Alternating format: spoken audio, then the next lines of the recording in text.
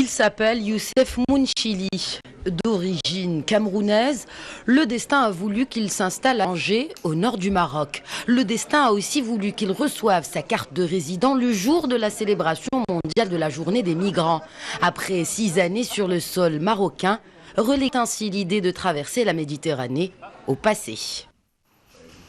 Le Maroc, là, il est en train de m'ouvrir les portes, tu vois, de pouvoir travailler, de pouvoir connaître des personnes bien.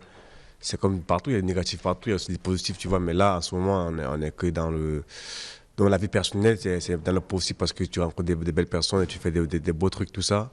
Après, pour les papiers, ça a pris beaucoup de temps pour le faire, mais là, on est en train d'arriver à petit bout, donc on fait avec, quoi. Et c'est avec des petits bouts de pellicule que Youssef a réussi à s'intégrer grâce à son œil d'artiste. Il immortalise des scènes de la vie de migrants. Avec son objectif, il rend hommage à ceux qui ont partagé son expérience. Des photos qu'il expose à la librairie des Insolites dans la ville du Détroit.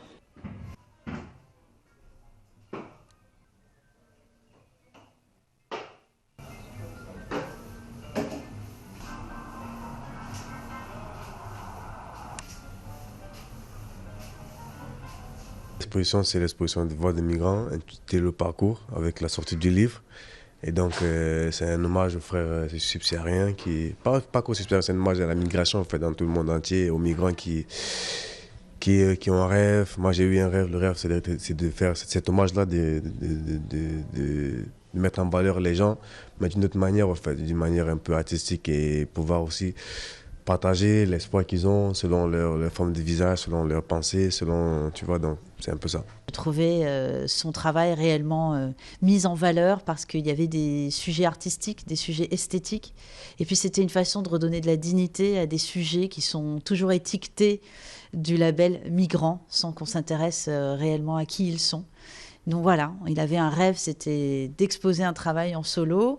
Moi j'en avais un, c'était de l'aider à réaliser ce rêve. Et du coup, ensemble, on a publié Le Parcours. Youssef Mounchili est aujourd'hui un exemple d'intégration. Il représente surtout l'espoir pour des milliers de subsahariens pour qui le Maroc n'est plus qu'une étape ultime vers un Eldorado européen souvent périlleux. Comme lui, ils sont plus de 25 000 à attendre le précieux document pour sortir de la clandestinité et apporter leur touche à la société dans laquelle ils évoluent.